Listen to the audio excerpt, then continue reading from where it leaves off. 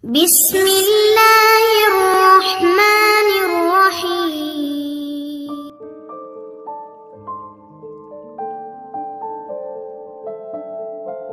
Assalamualaikum warahmatullahi wabarakatuh. Saudaraku yang seiman dan seagama, yang insya Allah dimuliakan oleh Allah dan selalu dalam lindungannya Allah. Mungkin selama ini kita berpendapat orang-orang yang meninggal itu tidak akan merasakan sakit di ketika jasadnya dimandikan. Padahal saat dimandikan tersebut, mayat itu rasa-rasanya dia menjerit. Kisah diceritakan oleh Aisyah radhiyallahu anha. Ketika itu ia tengah menunggu suaminya Rasulullah sallallahu alaihi wasallam kembali ke rumah. Lalu ia mengucapkan salam. Kemudian ia berdiri menyambut Rasulullah sallallahu alaihi wasallam. Lalu Rasulullah pun berucap, "Duduklah wahai ummul mukminin." Rasulullah kemudian turut duduk bersama Aisyah, kemudian meletakkan kepalanya di pangkuan istrinya tersebut. Aisyah lantas mencari uban pada janggut Rasulullah sallallahu alaihi wasallam, dan pada ketika itu ia menemukan 19 helai rambut yang sudah memutih. Aisyah kemudian berpikir di dalam hatinya, sesungguhnya baginda akan meninggalkan dunia ini sebelum aku, sehingga tetaplah satu umat yang ditinggalkan oleh nabinya. Maka ia pun menangis sehingga mengalir air matanya jatuh menitis pada wajah baginda Rasulullah sallallahu alaihi wasallam. Sadar terkena tetesan air mata istrinya, Rasulullah pun kemudian bangun dari tidurnya. Lalu seraya ia berkata, "Wahai ummul mukminin, apa yang membuatmu menangis?" Aisyah kemudian menceritakan apa yang ia rasakan setelah melihat uban-uban Rasulullah itu. Maka Rasulullah pun berkata, "Tahukah kamu kondisi apakah yang paling menyusahkan bagi si mayit?" Maka Aisyah pun menjawab, "Tidak ada kondisi yang paling menyusahkan atas diri si mayit saat ia keluar dari rumahnya. Anak-anaknya yang ditinggalkan berada di belakangnya, serta menangisi akan kepergiannya."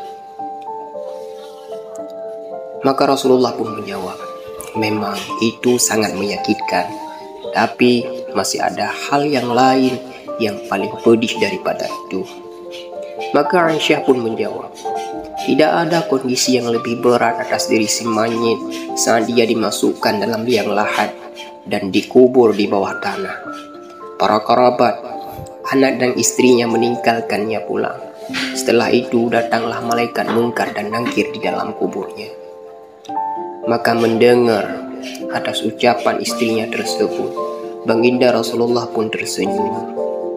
Beliau lantas menjelaskan bahwa sesungguhnya saat yang paling berat bagi si mayit adalah di ketika datangnya tukang memandikannya. Pemandi jenazah biasanya akan melepaskan cincin yang dipakai si mayit, melepaskan pakaiannya, kemudian memandikannya. Saat itu roh akan menjerit kuat, di mana suaranya dapat didengar oleh seluruh makhluk kecuali jin dan manusia. "Lalu apa yang diserukan oleh roh itu ya Rasulullah?" tanya daripada Aisyah radhiyallahu anha. Maka Rasulullah pun berucap, maka roh akan berkata, "Wahai tukang yang memandikan, demi Allah aku memohon kepadamu agar engkau mencopot pakaianku dengan pelan-pelan. Sesungguhnya saat ini aku sedang istirahat dari sakitnya pencabutan nyawa dari malaikat maut." Aisyah kemudian penasaran dan menanyakan kembali, "Lalu apa yang diserukan roh itu lagi ya Rasulullah?"